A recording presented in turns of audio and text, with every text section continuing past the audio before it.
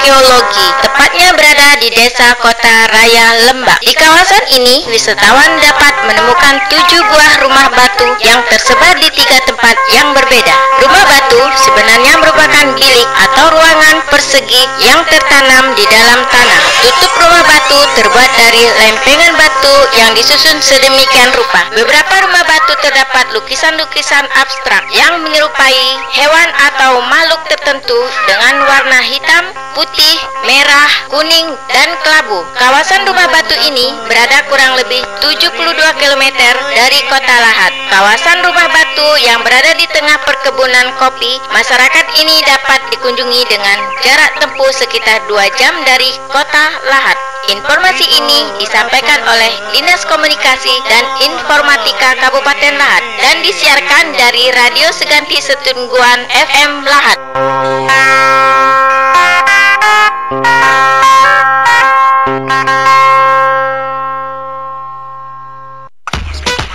Dari kawasan Jalan Bayangkara, Bandar Jaya Lahat, 88.6 Radio Seganti Setungguan FM. Delirious.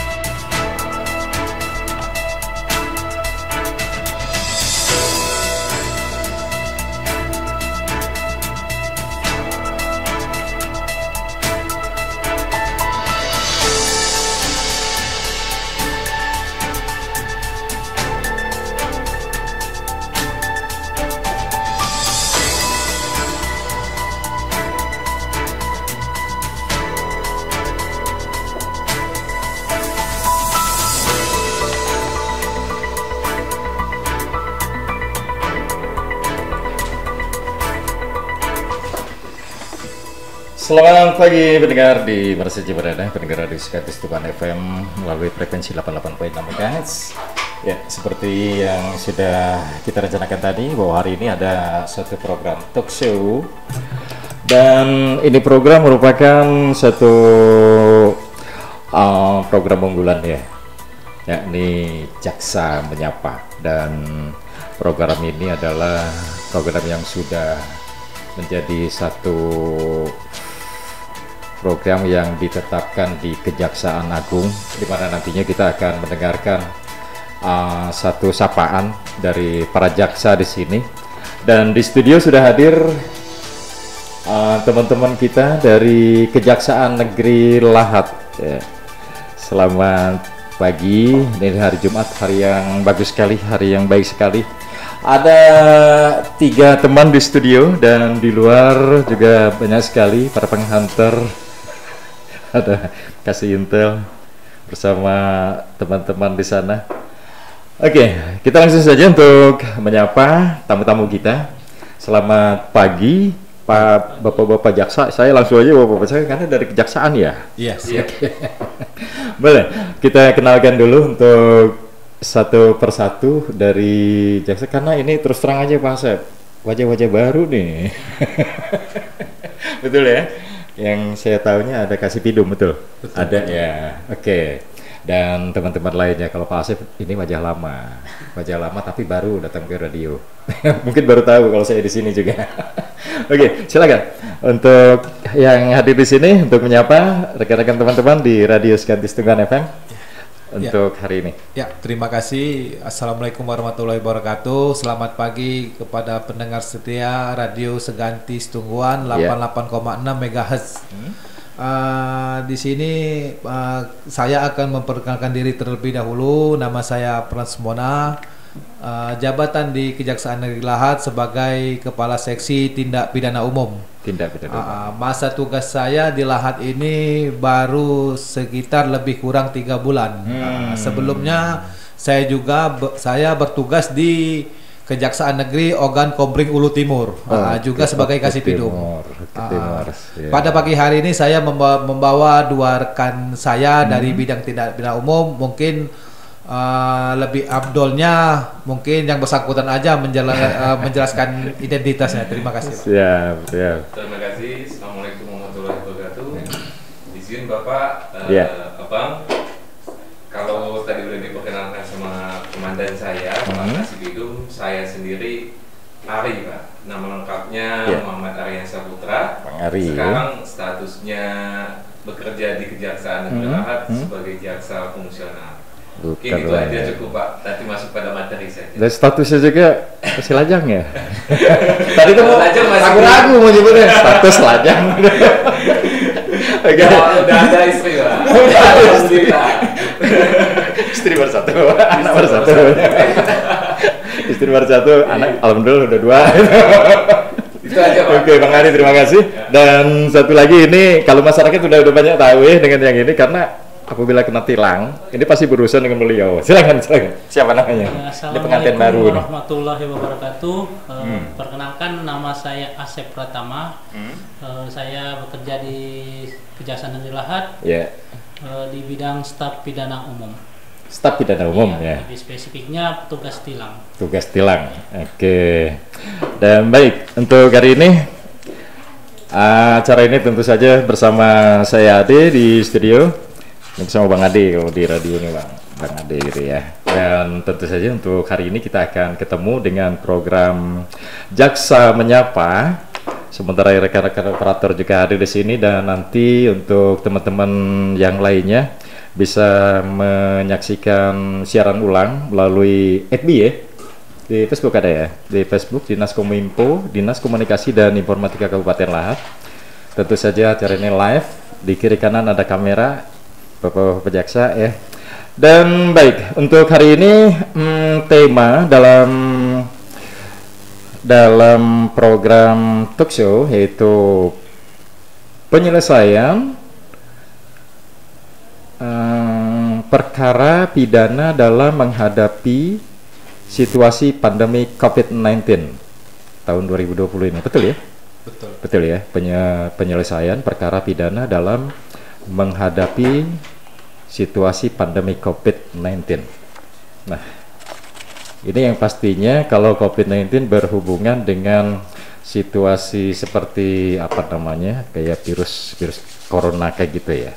Dan hari ini kebetulan kita di studio juga sudah menjalankan protokol kesehatan dengan menggunakan masker, kemudian berjaga jarak, dan tadi sudah cuci tangan. Nanti kita makan bersama. Silakan diminum. Ya. Dan baik, untuk pertanyaan pertama, saya langsung ke Pak Bang. Saya harus sapa apa nih? Agak panjang juga nama Bang. Panggilan apa? Prans. Bang Prans. Ya, Oke, Bang Prans. Asik ya. Yang satu Bang Ari, satu Bang Asep.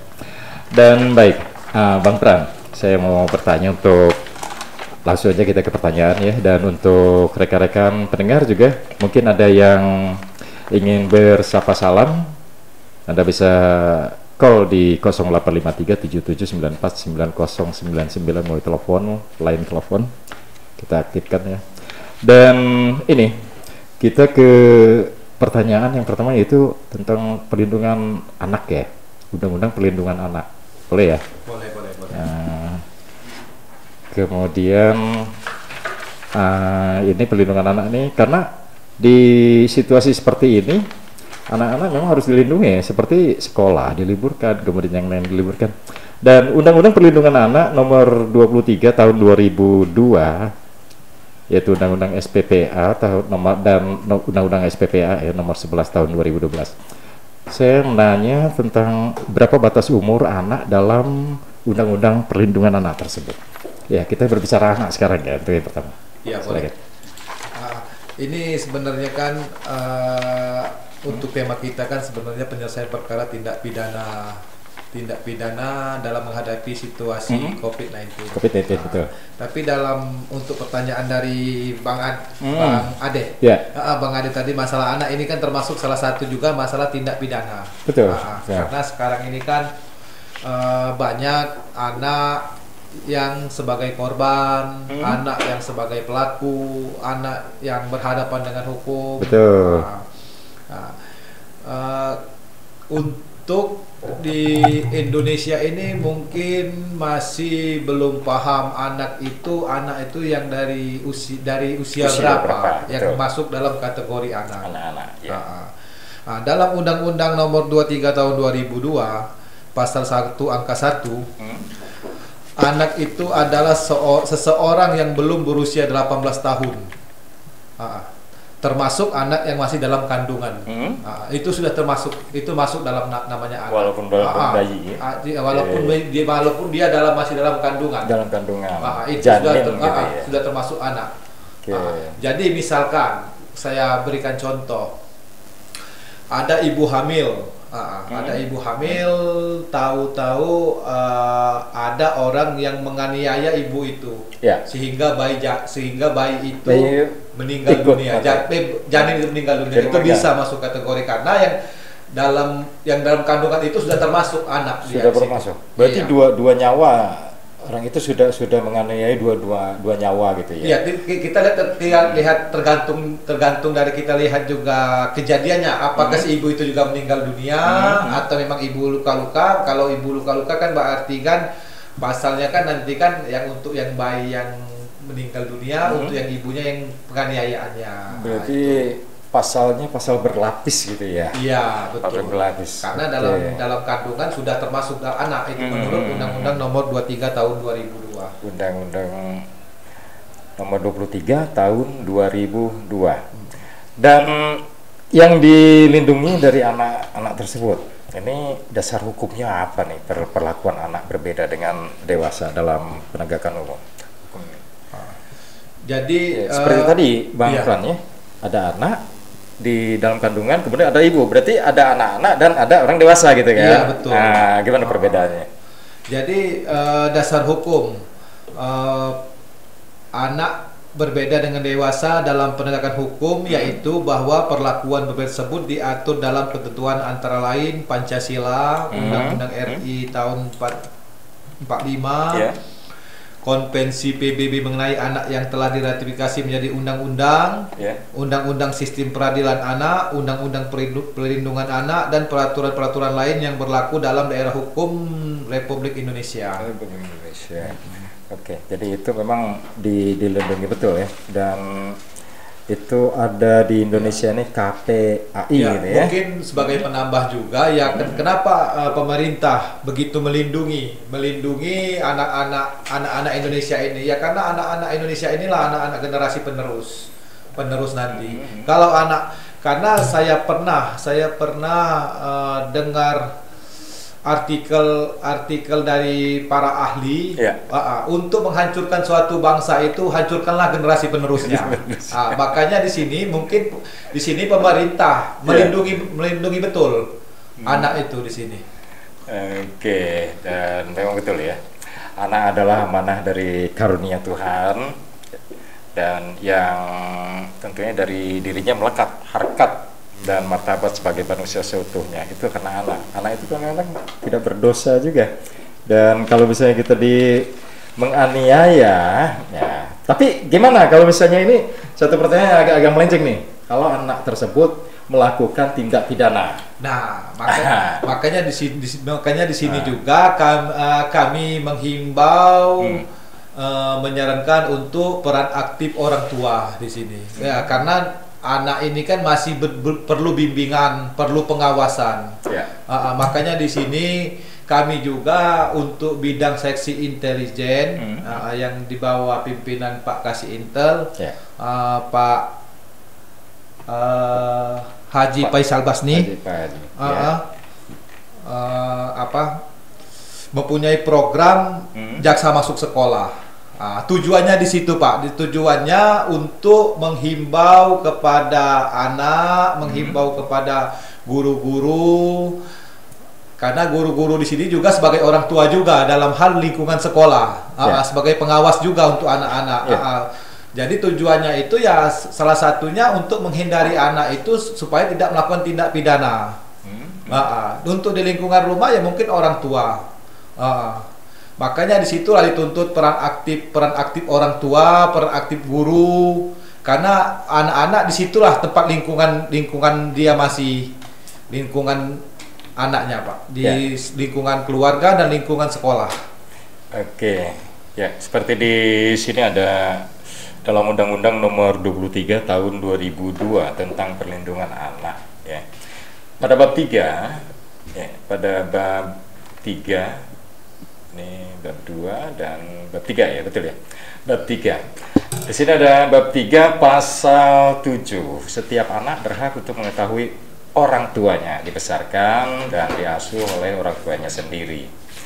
Kemudian dalam hal karena suatu sebab orang tuanya tidak dapat menjamin tumbuh kembang anak atau anak dalam keadaan terlantar dan anak tersebut berhak diasuh dan diangkat sebagai anak asuh atau anak angkat oleh orang lain sesuai dengan ketentuan peraturan perundang-undangan yang berlaku. Oke, Bang Pran, ini maksudnya apa, Bang Pran? Maksudnya gimana? Ya, mudah-mudahan ini ada juga yang apa namanya, yang merasakan juga ya dari masyarakat, dan ini mungkin jawaban dari Pak Jaksa, inilah tempatnya. Jadi anak itu betul-betul punya hak asuh gitu Bang ya. Nah, oke. Iya. Terima kasih Bang. Silakan Bang Ari. Di pasal 7 ya. Betul. Pasal 7 ayat 2. Yang saya baca lagi mungkin dalam hal suatu sebab orang tua tidak dapat menjamin tumbuh kembang anak atau anak dalam keadaan terlantar, maka anak tersebut berhak diasuh atau diangkat sebagai anak asuh atau anak angkat oleh orang lain sesuai dengan ketentuan peraturan undang-undangan yang berlaku.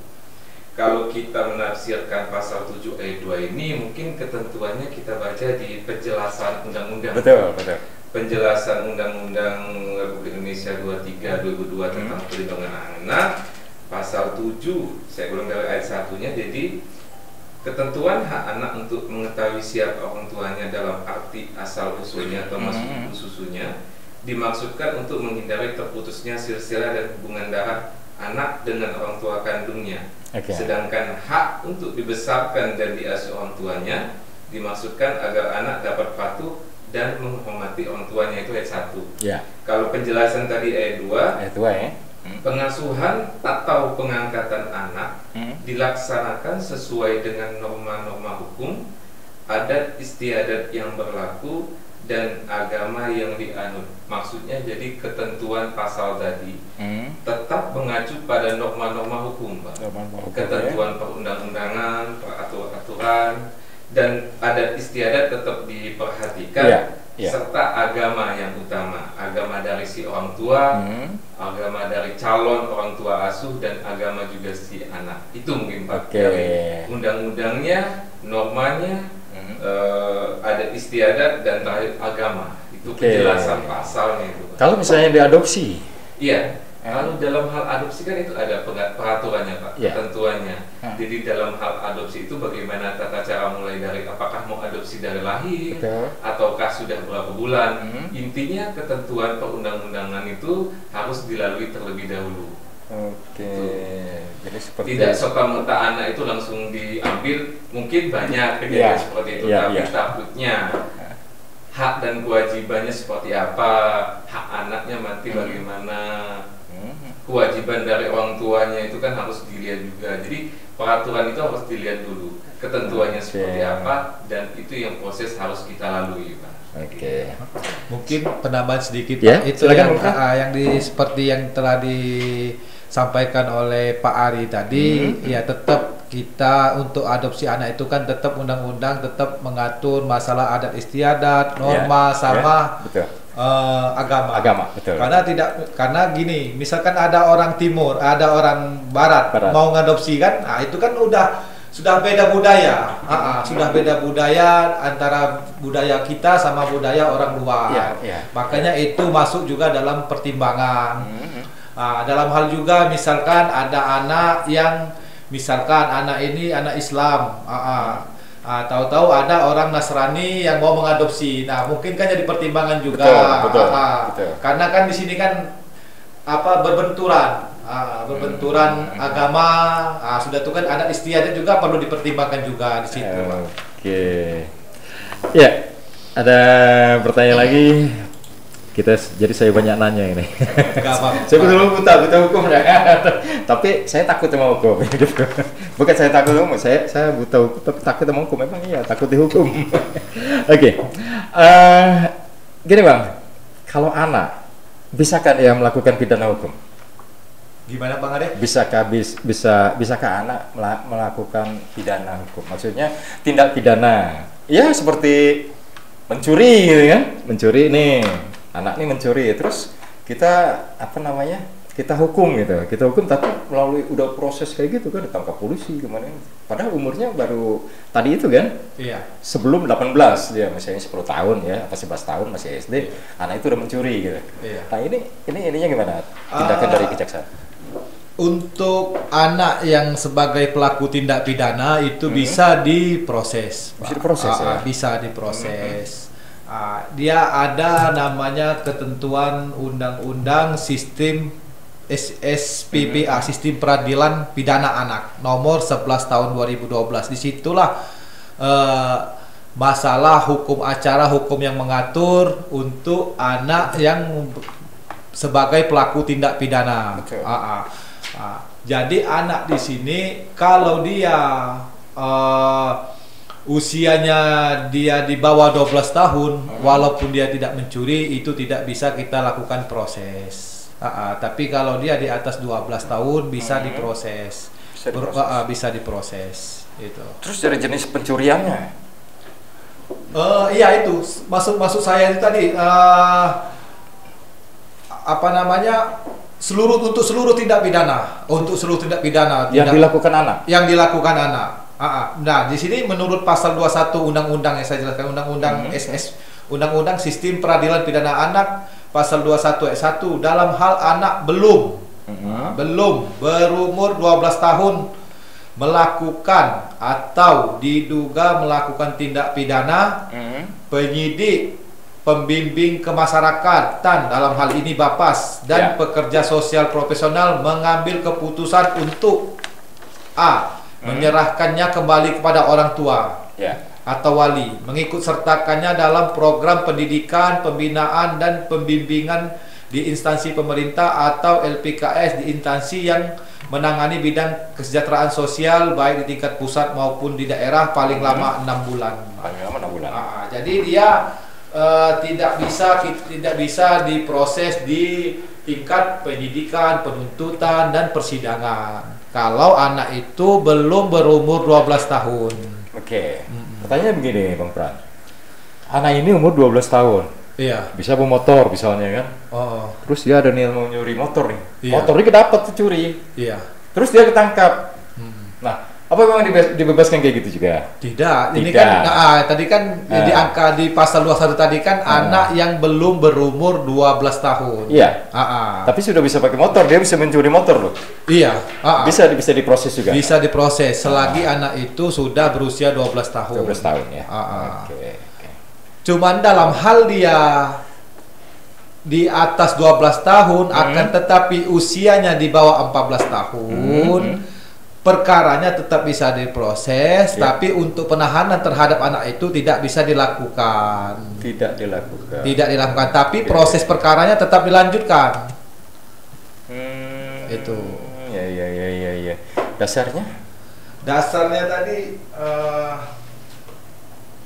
dasarnya dalam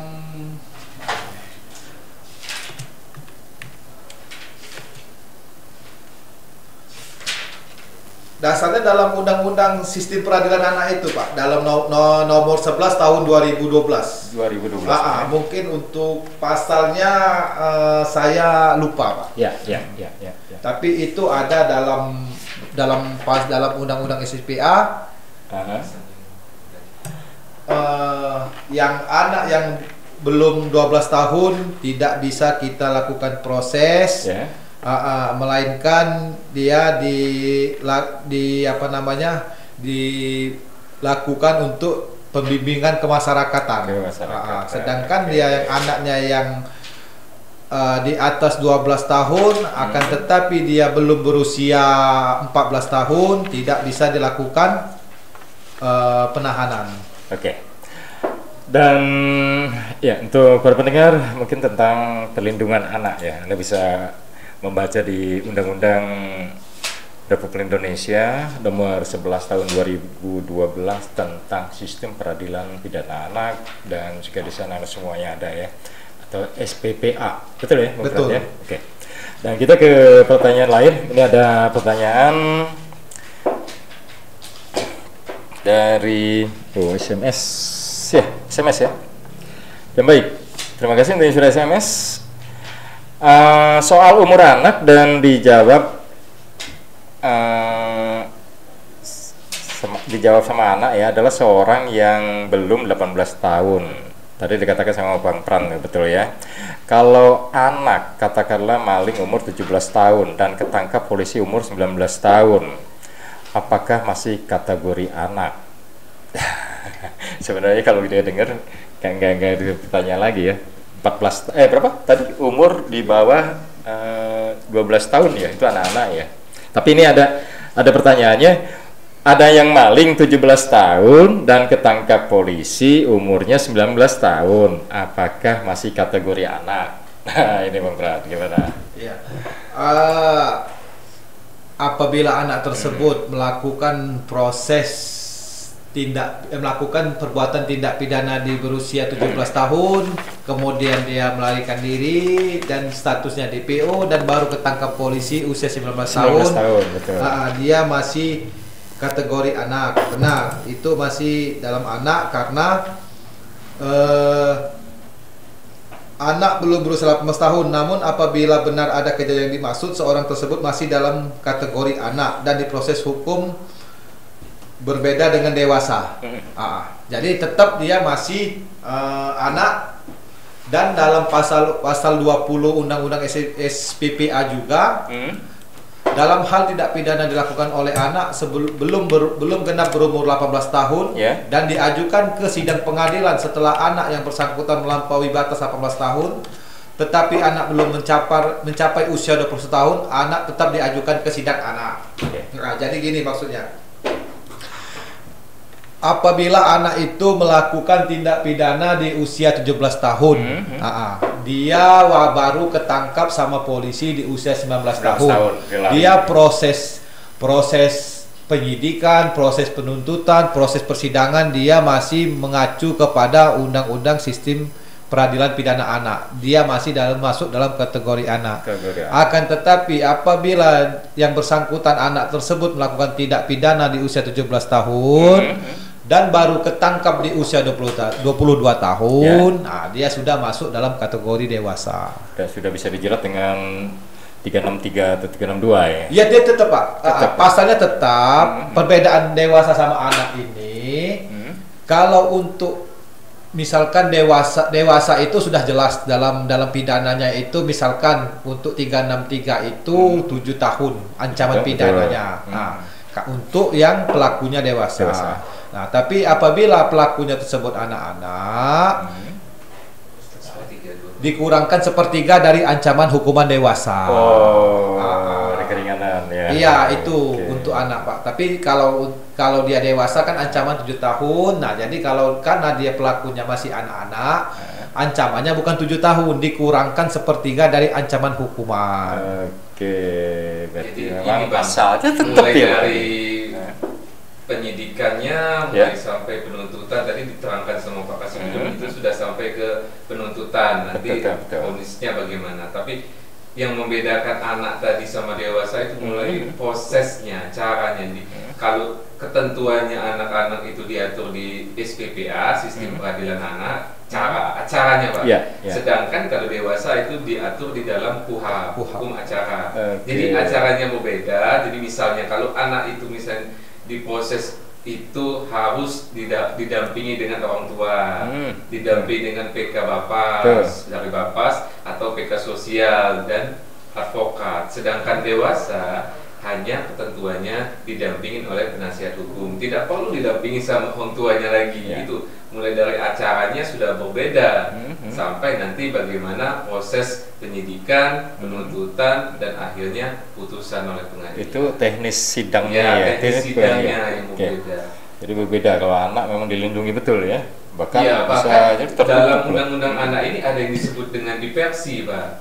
Diversi itu apa yang didasarkan pasal 1 angka 1 Undang-Undang SPPA itu pengalihan penyelesaian perkara anak dari proses peradilan pidana ke proses di luar peradilan pidana berlandaskan keadilan restoratif, tapi tetap mengacu pada ketentuan perundang-undangan. Jadi ada yang namanya diversi, tahapan diversi tadi, Pak. Itu memang sangat-sangat berbeda tata cara ketentuan anak sama dewasa. Berbeda sekali. Dan baik, ini tentang anak. Ya, tentang anak, masih tentang anak nih. Kita ada pertanyaan lagi. Apakah pengertian anak itu sama di mata hukum, baik sebagai pelaku, kemudian korban dan lain-lainnya? Nah, gimana ini? Pengertian anak dengan di mata hukum itu kan. Ini gimana untuk ininya? Untuk penentuannya gitu dari kejaksaan. Ya, terima kasih Bang Ade. Semua disebut anak, namun terdapat perbedaan yang didasarkan ketentuan Undang-Undang RI nomor 11 tahun 2012 tentang SPPA, Sistem Peradilan Pidana Anak, pada bab 1 ketentuan umum pasal 1 angka 2 yang menyebutkan anak yang berhadapan dengan hukum. Anak yang berhadapan dengan hukum yaitu anak yang berkonflik dengan hukum, anak yang menjadi korban tindak pidana, dan anak yang menjadi saksi tindak pidana. Angka 3, anak yang berkonflik dengan hukum. Maksudnya di sini anak yang berkonflik dengan hukum, yang selanjutnya disebut anak. Yang disebut anak adalah anak yang telah berumur 12 tahun tetapi belum berumur 18 tahun yang diduga melakukan tindak pidana. Itu maksud dari anak yang berkonflik dengan hukum. Dalam pasal 1 angka 4 juga ada yang menjelaskan anak yang menjadi korban tindak pidana. Maksudnya di sini anak yang menjadi korban tindak pidana yang selanjutnya disebut anak korban adalah anak yang belum berumur 18 tahun yang mengalami penderitaan fisik, mental, dan atau kerugian ekonomi yang disebabkan oleh tindak pidana. Dalam pasal 1 angka 5 ada anak yang menjadi saksi tindak pidana. Maksudnya di sini anak saksi, maksudnya anak yang tindak pidana itu yaitu anak saksi adalah anak yang belum berumur 18 tahun yang dapat memberikan keterangan guna kepentingan penyidikan, penuntutan, dan pemeriksaan di sidang pengadilan tentang suatu perkara pidana yang didengar, dilihat, dan dialaminya sendiri. Itu. Jadi memang ini udah sangat komplit sekali. Jadi sudah dalam undang-undang SPPA itu sudah komplit semua yang mengatur masalah pengertian anak, anak yang berhadapan dengan hukum, anak yang konflik dengan hukum, yang menjadi korban, yang menjadi saksi. Siap. Baik, ini kita kupas tentang Undang-Undang Perlindungan Anak nomor 23 tahun 2002 dan Undang-Undang SPPA nomor 11 tahun 2012. Selama setengah jam sudah kita hadirkan bersama Bang Pran dan juga Bang Ari. Kemudian kita ke topik lain ya Bapak ya? Boleh, siap. Oke, kita perlindungan anak. Mungkin yang belum jelas nanti kita bisa hadirkan lagi, tenang aja. Jaksa menyapa, selalu menyapa nanti. Di kejaksaan ini ada apa namanya kalau kita ditilang itu selalu berurusan dengan kejaksaan dan kita harus datang ke kantor kejaksaan. Karena ini saya juga pernah mengalami. Oke, saya mau ketemu dengan yang mengurus tentang urusan sidang online. Ini sidang online betul ya? Berhubungan dengan apa namanya penebusan STNK atau surat tilang atau gimana? Kalau sidang online itu ya, ada istilah sidang online sekarang di ada. Kejaksaan. Itu apa? Maksudnya sidang online itu kan sekarang ini kan kita nih dalam hukum acara pidana itu kan sidang itu kan proses di mana suatu tindak pidana itu disidangkan, yang mana dalam persidangan tersebut ada namanya hakim, namanya jaksa, ada namanya terdakwa, ada namanya pengacara, dan ada namanya pengunjung sidang. Nah, itu berkumpul dalam satu tempat namanya ruang sidang. Nah, kenapa ada istilah sekarang namanya sidang online? Ya karena sekarang ini kan negara kita sama dan dunia juga kan lagi pandemi COVID-19, makanya di sini Mahkamah Agung mengeluarkan peraturan Perma nomor 4 tahun 2020 yang mengatur tentang sidang penyelesaian perkara pidana melalui sidang online. Karena ini untuk antisipasi mewabahnya COVID-19. Karena dalam persidangan itu kan satu tempat berkumpul. Berarti kita udah masuki ini ya, materi untuk hari ini, Bang ya. Oke, Bang Pran. Penyelesaian perkara pidana dalam menghadapi situasi pandemi COVID-19. Itu diantaranya sidang online ya? Iya, betul. Kalau gitu saya mau nanya.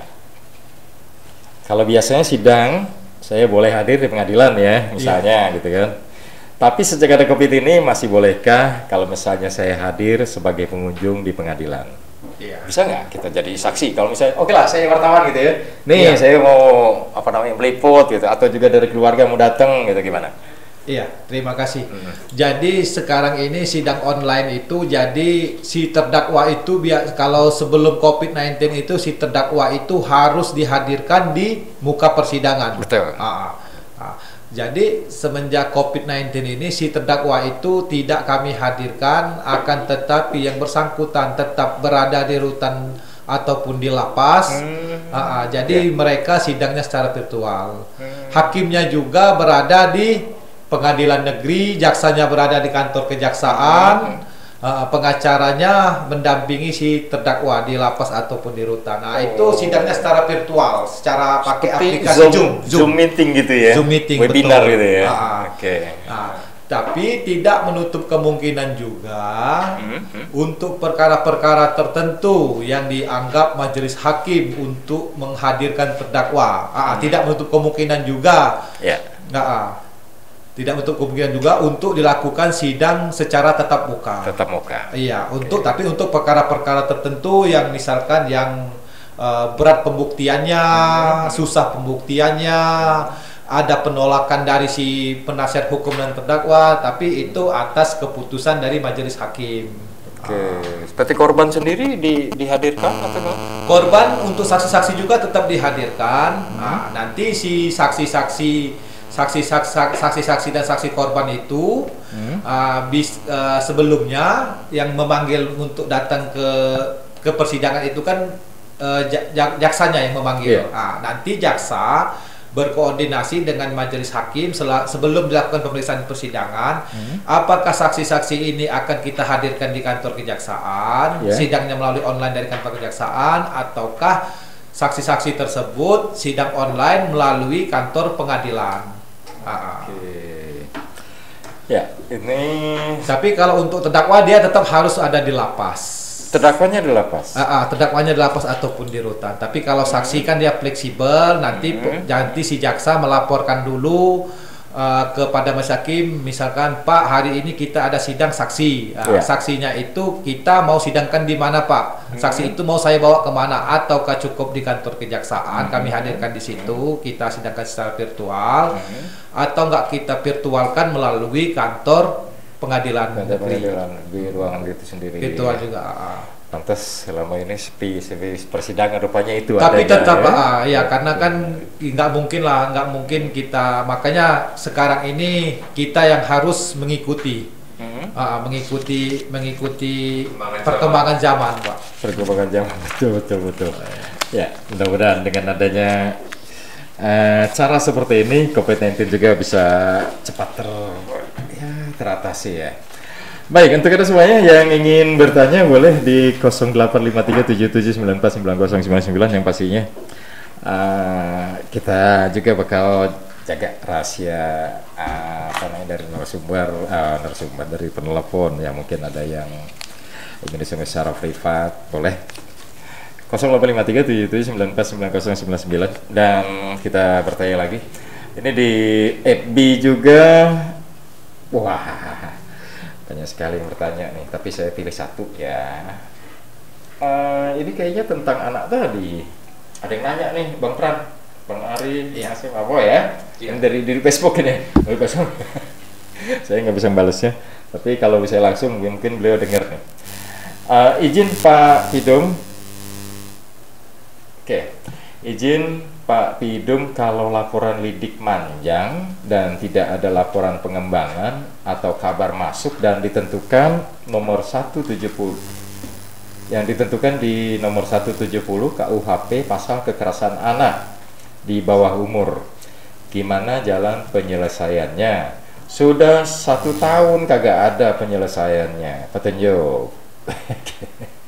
Silakan Bang Ari. Ini kalau dari Facebook saya baca juga dari ini ya, dari nonem, anggap kita nonem. Betul, nggak apa-apa. Jadi kalau laporan lidik manjang, mungkin maksudnya laporan penyelidikan atau dari laporan kepolisian mungkin. Ya. Tapi kita baca dulu pertanyaannya. Ya. Karena ini katanya laporannya sudah jalan 8 bulan belum ada kabar sampai. Tidak ada laporan pengembangan atau kabar yang masuk ditentukan. Iya. Ini pasalnya mungkin 170. Betul. Atau 170 KUHP. Tapi ada pasal kekerasan anak di bawah umur. Ini saya artikan saja kalau mengenai penyelidikan dan penyidikan itu dari lembaga yang berbeda. Itu ada yang namanya, kita nih kalau di Indonesia ada pengenal namanya Integrated Criminal Justice System. Betul. Sistem peradilan pidana terpadu. Itu yang baru ya? Iya. Itu ada dari kepolisian, ada dari kejaksaan, ada dari pengadilan, dan satu lagi lembaga pemasyarakatan. Jadi semua itu adalah sistem peradilan yang berlaku di Indonesia. Maksud di pertanyaan ini laporan penyelidikan manjang. Nah, kemungkinan itu masih berada di kewenangan tetangga sebelah, teman kita. Jadi kalau kami menjawabnya mungkin bahasanya apa Bang? Mungkin semau kita nanti. Tapi ya ada yang namanya kewenangan kawan, ada kewenangan kita sendiri. Tapi yakin kemungkinan ada manjang atau tidak itu sudah ada peraturannya, memang sudah ada aturannya bahwa memang kalau penyelidikan itu mungkin yang paling cepat itu 30 hari, dapat diperpanjang lagi 30 hari, begitu Bang. Jadi memang diperbolehkan dalam penyidikan. Tapi ini mungkin laporan polisi. Saya nggak tahu dia dapat infonya langsung atau hanya sekedar asumsi. Kalau asumsi kan kita nggak bisa nih, kecuali memang sudah dia secara resmi bertanya dan dijawab seperti apa. Mungkin layaknya dia mencoba secara resmi. Takutnya ini hanya asumsi belaka. Asumsi ya? Iya, dugaan kita kan nanti jawabnya nanti dugaan juga. Praduga. Iya. Tapi biasanya semuanya diproses. Tidak ada pengecualian di mata hukum. Tingkatan ininya kalau anak kemungkinan prosesnya berbeda dengan dewasa, Pak. Bang Ari. Mungkin belum menjawab secara terang, tapi saya mungkin karena itu di kewenangan bidang lain, lembaga lain. Gitu. Kita juga nggak bisa berasumsi, Bang. Ini Bang Ari, kalau tingkatan dari ininya, tingkatan dari prosesnya ya, proses menangani perkara itu tingkatannya gimana itu? Ada lidik, ada apa tuh? Pokoknya ini ya, mungkin bisa diterangkan. Ini sebenarnya kalau kewenangan di kejaksaan loh. Nah, di kejaksaan ya. Kalau saya di kejaksaan mungkin tidak pidana korupsi. Itu mulai dari informasi masyarakat ataupun dari temuan tim dari internal sendiri, itu ada prosesnya penyelidikan.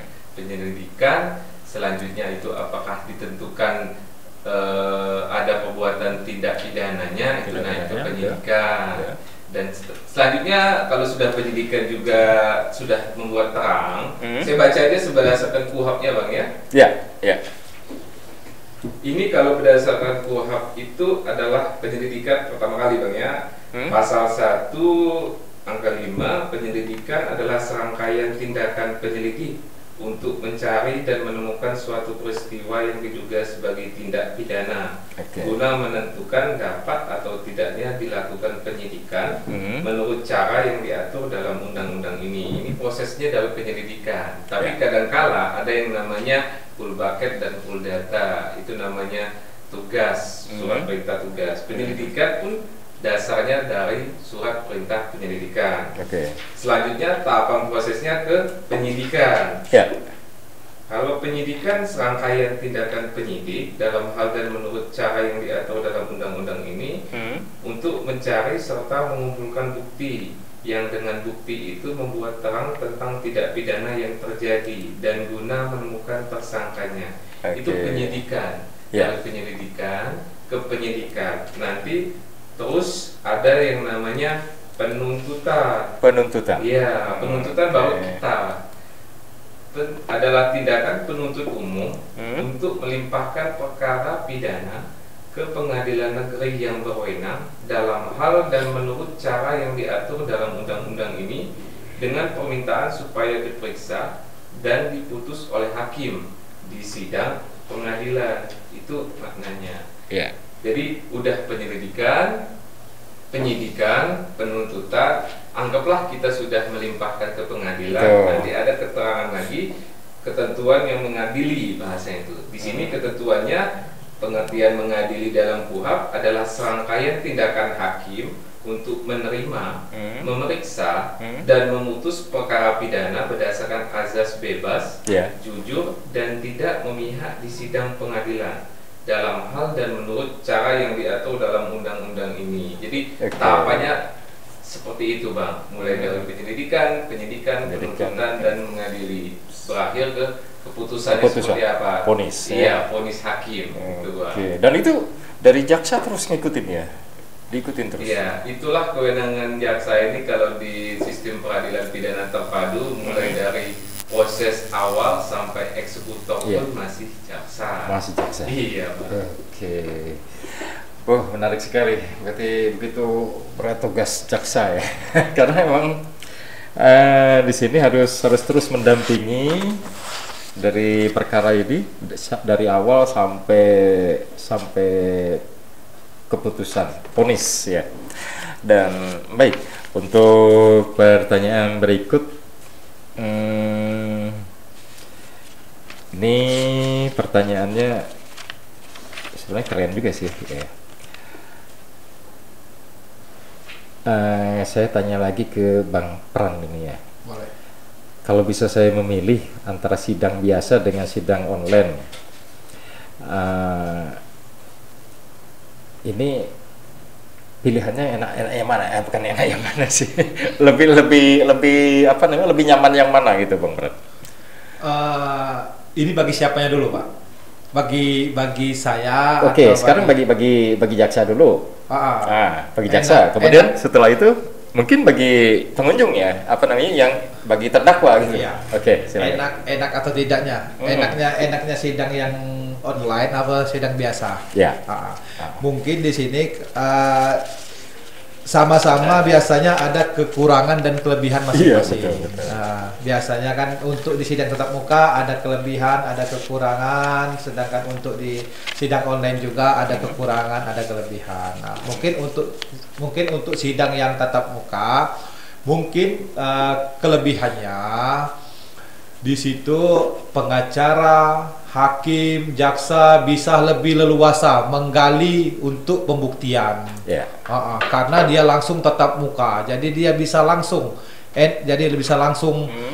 bisa langsung mencari pembuktian di situ, karena langsung dia dengan tatap muka. Itu mungkin keunggulannya, Pak.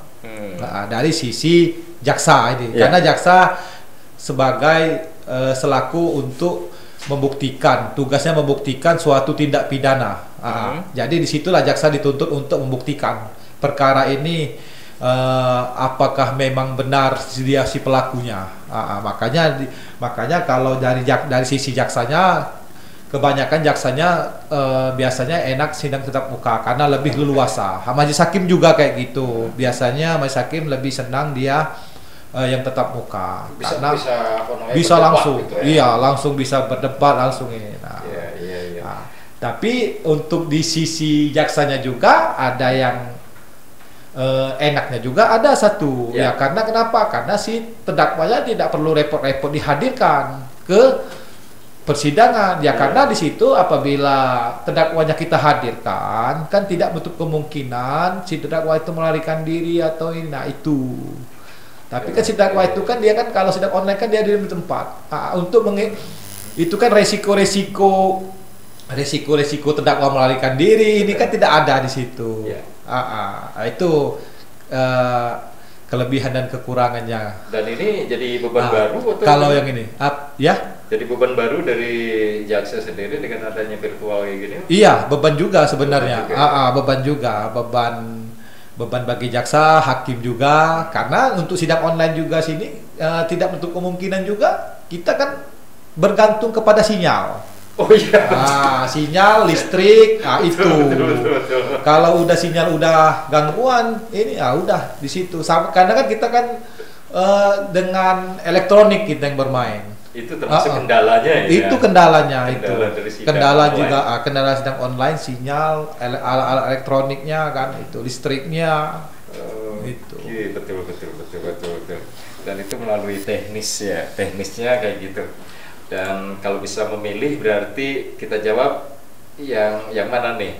Mau online apa mau sidang langsung tatap muka? Ya kalau sebenarnya kalau menurut KUHAP ya sidang tetap muka. Karena resiko yang terdakwa melarikan diri itu sudah diperhitungkan karena memang sudah ada SOP-nya. Pakai pengawalan polisi. Tetap. Sejak kapan itu adanya online nih, Pak? Sejak awal April, sejak masuk mewabahnya itu. April 2020 sudah mulai di situ dilakukan sidang online. Tapi ini kan baru sekedar waktu di bulan April itu baru sekedar perjanjian kerjasama aja antara kejaksaan, kepolisian, lapas sama pengadilan. Nah ini sekarang ini Mahkamah Agung sudah mengeluarkan peraturan Mahkamah Agung nomor 4 tahun 2020 tentang pelaksanaan sidang online. Itu tidak menyulitkan teknisnya dari pesertanya sendiri, misalnya dari pengadilan, hakim, kemudian jaksa, satu lagi ada terdakwa, saksi. Iya, makanya kalau itu kita menyesuaikan, otomatis sapras kita tunjang sarana-sarana, misalkan kayak wifi, kayak LAN, wifi, laptop, sound system, itu. Jadi lembaga-lembaga yang terkait di sini, baik pihak kepolisian, kejaksaan, lapas, pengadilan menyiapkan sapras masing-masing di kantor masing-masing, menyiapkan untuk proses persidangan online. Dan karena tidak jadwal ya. Iya, karena tidak menutup kemungkinan juga tahanan-tahanan itu kan ada yang dititipkan oleh si jaksa di Polres. Nah, makanya Polres juga diminta untuk menyiapkan sapras untuk sidang online.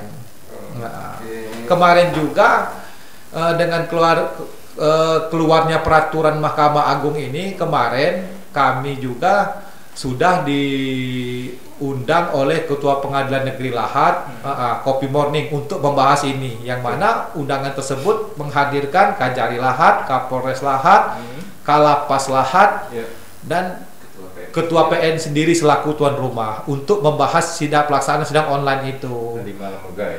Jadi disitulah kita mengatur untuk kedepannya supaya pelaksanaan tetap jalan. apa-apa kira-kira sapras yang harus kita lengkapi. Nah itu. Oke, berarti memang sudah disiapkan oleh, dan ini satu bagi terdakwa bisa kita bisa dihadirkan. Iya, karena kenapa Mahkamah Agung mengeluarkan sidang online? Karena kita belum tahu ke depan, Pak. Karena yang belum jalik lah, karena kita belum tahu apakah nanti ke depan zona hitam, kita, makanya saya bilang jalik kita belum tahu, tapi kita perlu siapkan juga di situ. Makanya Mahkamah Agung mengeluarkan perma. Kalau kemarin itu kan cuman sekedar perjanjian kerjasama, udah itu peraturan yang mengikat lembaga masing-masing, misalkan kejaksaan mengeluarkan peraturan buat kejaksaan sendiri, kepolisian mengeluarkan peraturan buat kepolisian sendiri, pengadilan juga mengeluarkan peraturan buat mereka sendiri. Nah, jadi makanya Mahkamah Agung di sini menyikapi takutnya wabah ini tidak berhenti ke depannya, malah semakin parah, makanya dikeluarkanlah peraturan Perma nomor 4 tahun 2020 itu yang mengatur tentang tata cara sidang online. Tata sidang online. Oke. Sidang online dari bulan April kemarin, Bang ya? Iya, sudah dimulai. April, Mei, Juni, Juli, Agustus. Udah lama sekali. Berarti udah berapa kali kita sidang ya? Sidang perkara ini, perkara itu. Dan cara menghadirkan dari saksi atau korban sendiri, gimana caranya? Nah, tadi mungkin saya jelaskan lagi, nanti di situ kan untuk saksi dan korban juga itu kan tugas si jaksa untuk menghadirkan. Betul. Nanti si jaksa membuat surat panggilan, buat panggilan untuk mengikuti proses persidangan. Surat tersebut ditujukan untuk si korban dan para saksi. Nah, tadi sudah saya jelaskan juga, nanti sebelum proses persidangan dilaksanakan, si jaksa itu melaporkan dulu kepada majelis hakim bahwa hari ini agenda pemeriksaan si terdakwa A, yaitu proses pemeriksaan saksi korban dan saksi-saksi. Apakah saksi-saksi ini dan saksi korban ini kita mau sidangkan di mana? Apakah saksi itu berada di kantor kejaksaan, kami hadirkan melalui virtual di kantor kejaksaan? Apakah saksi-saksi itu kita hadirkan di kantor pengadilan secara virtual, ataukah hakim, jaksa sama saksi itu bergabung dalam satu tempat secara virtual? Jadi sebelum sidang dimulai itu si jaksa dulu melaporkan dulu agenda kita hari ini saksinya ini udah siap, mau kami hadirkan di mana saksi ini? Apa saya hadirkan di kantor? Berarti kan saksi itu berada di kantor kejaksaan dengan jaksa, hakim tetap di pengadilan, itu tetap di lapas. Oke, jadi maksudnya itu ya. Iya. Jadi si saksi maupun korban didatangkan ke kantor kejaksaan. Kemudian hakim di pengadilan. Tapi si jaksa harus laporkan dulu, siapa tahu majelis hakimnya menghendaki si saksi-saksi itu berada di kantor pengadilan. Makanya dilaporkan dulu. Misalkan kata majelis hakim saksi-saksi itu di kantor pengadilan, berarti kan si jaksanya membawa saksi-saksi itu ke kantor pengadilan. Kalau kata hakim cukup di kantor kejaksaan aja, sudah cukup di kantor kejaksaan. Tapi itu independen ya? Apa? Independen ya? Siapa? Ada interferensi itu malah nggak ada ya? Kalau seputar untuk yang mana saksi? Ya, saksi. Ya, saksi kan saksi itu kan saksi yang melihat, mendengar, biasanya independen. Betul. Disumpah juga. Disumpah juga. Iya, disumpah. Itu maksudnya keindependenan tadi. Betul ya? Oke, jadi sebelumnya memang seperti biasa dong kalau gitu ya? Iya, seperti biasa. Cuman tata caranya aja. Tata caranya dari tetap muka ke online. Betul. Ada sumpah, ada ini. Oke. Dan itu istilahnya dalam virtual juga sama.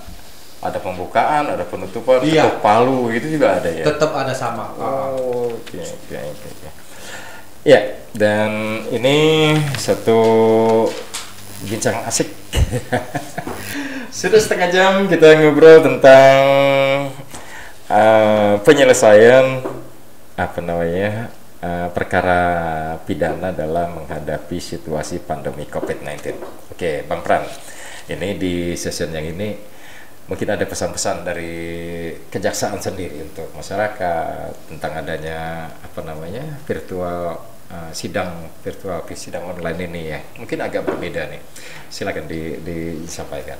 Ya, terima kasih. Mungkin kalau untuk sidang online ini ya belum sementara ini belum ada pesan-pesan. Mungkin menghimbau kepada masyarakat Sumatera Selatan khususnya yang berada di Kabupaten Lahat untuk kenali hukum, jauhi hukuman. Nah, itulah salah satu. Makanya di sini salah satu program unggulan juga Jaksa Menyapa, yaitu kami mengenali hukum, mengenali hukum. Dampaknya nanti kan si yang kami kenali itu kan untuk menjauhi hukuman.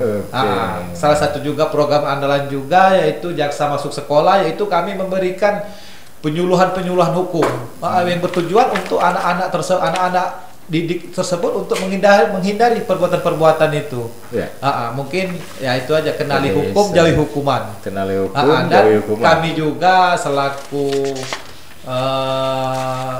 atas nama kantor Kejaksaan Negeri Lahat menghimbau dan meminta kepada orang tua untuk lebih berperan aktif lagi untuk mengawasi perkembangan anak, karena anak ini butuh bimbingan, butuh dukungan, butuh dari orang tua dalam lingkungan. Dan kami minta juga kepada guru-guru dalam lingkungan sekolah untuk lebih lah untuk berperan aktif lagi, karena ya anak-anak inilah generasi penerus. Karena ada ahli juga yang mengatakan kita nggak usah repot-repot untuk menghancurkan Indonesia, cukup hancurkan aja generasi muda, hancur sendiri Indonesia, hancur sendiri bangsa Indonesia itu. Kalau kita mungkin kalau mau perang mungkin kuat, kekuatan TNI kita kuat, mungkin kalah mungkin negara luar, tapi kalau sudah generasi penerusnya udah hancur sendiri Indonesia itu pasti. Ya, yang pastinya kita mengajak adanya Jaksa Menyapa ini, itu tadi kita ketahui dengan hukum, jadi masyarakat itu tidak buta hukum dan melek hukum gitu ya. Iya, jadi dampaknya kan masyarakat tersebut oh ini jangan, ini bahaya, nanti saya kena hukuman. Nah, itu. Ya, itulah salah satunya. Dan tentu saja mudah-mudahan tidak bosan-bosannya Bang Pram juga Bang Ari untuk bisa terus memberikan satu edukasi kepada masyarakat ya. Dan ini melalui radio tentunya. Terus kita beralih ke season 10.24 itu udah setengah jam nih Bang, kita bicara tentang sidang online.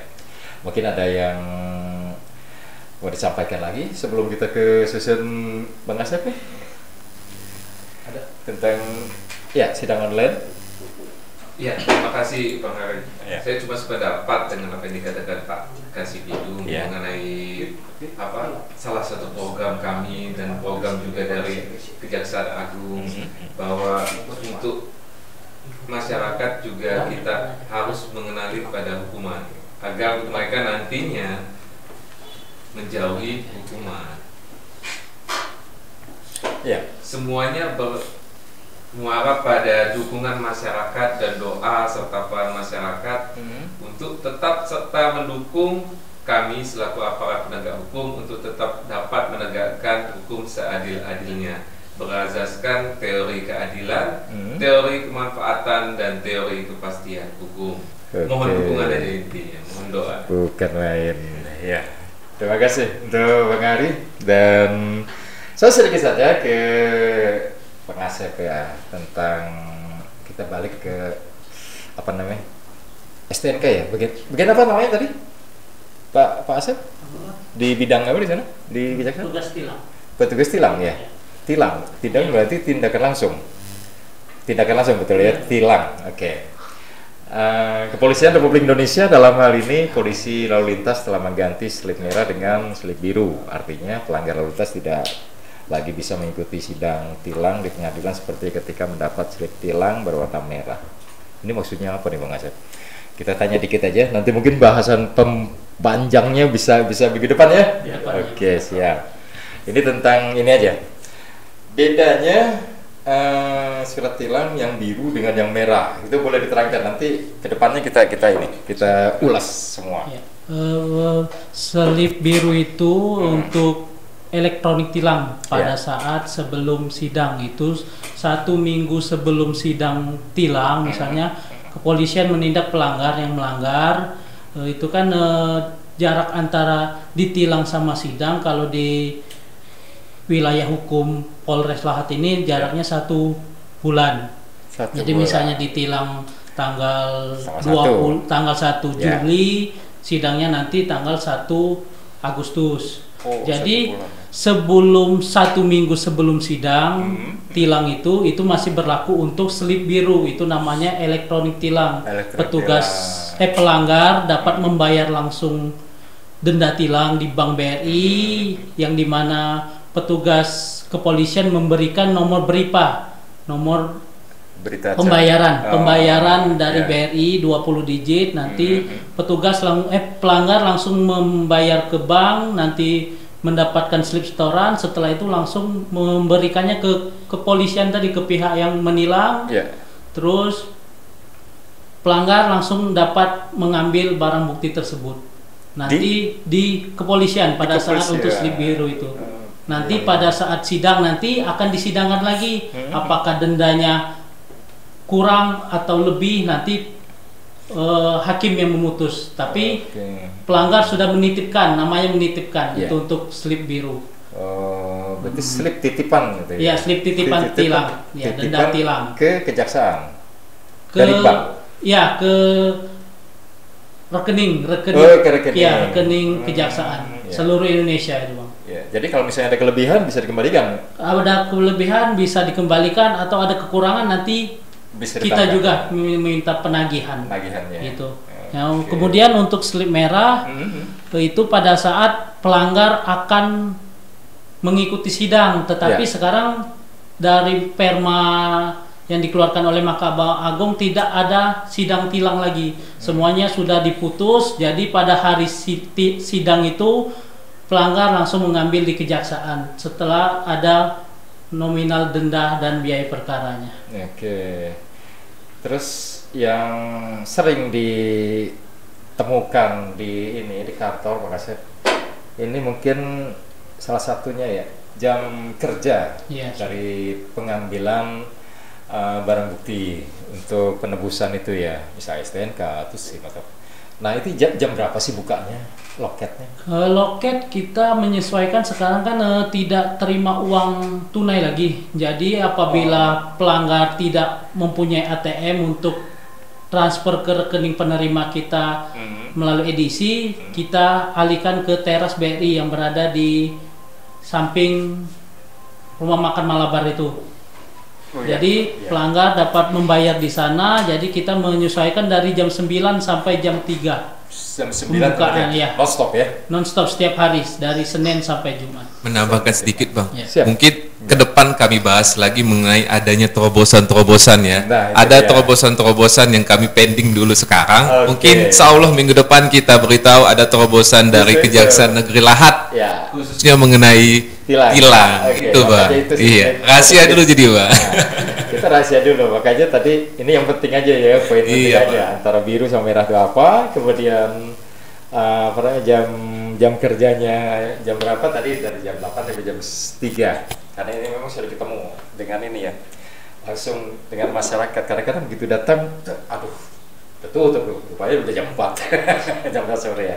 Oke, Bang Pran, jam 10.30 waktu Indonesia Barat ini hari Jumat ya. Kalau misalnya hari biasa kita bisa, waduh pengennya ngobrol panjang lagi, pengen terus. Tapi ini hari Jumat kita ya punya kewajiban juga ya sebagai kaum muslimin untuk melaksanakan sholat Jumat. Untuk itu baik kita tutup aja ya untuk acara ini. Dan tentu saja ini satu jaksa menyapa, dan ini ada sapaan di akhir acara ini. Silakan. Mungkin ada yang ingin disapa?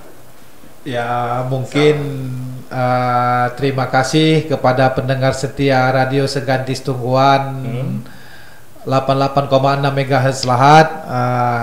Kami dari Kejaksaan Negeri Lahat mengucapkan terima kasih atas atensinya mendengarkan siaran langsung secara langsung Jaksa Menyapa melalui Radio Segantis Tungguan, dan kami juga mengharapkan apabila ada masyarakat yang masih kurang paham ataupun ada yang ingin bertanya ataupun masih ada yang kurang memahami, kami persilahkan untuk datang ke kantor kejaksaan untuk misalkan melakukan komunikasi, misalkan ada yang mau ditanyakan, kami persilahkan. Nah. Oke, terima kasih untuk Bang Pram, Bang Ari, untuk Kang Asep juga yang pastinya siang hari ini sudah hadir di studio. Untuk sebelumnya juga waktu itu hadir Kepala Kejaksaan Negeri Lahat, Bang Pitra. Pasti kami ucapkan juga terima kasih hari ini sudah dihadirkan juga dari fungsionalnya.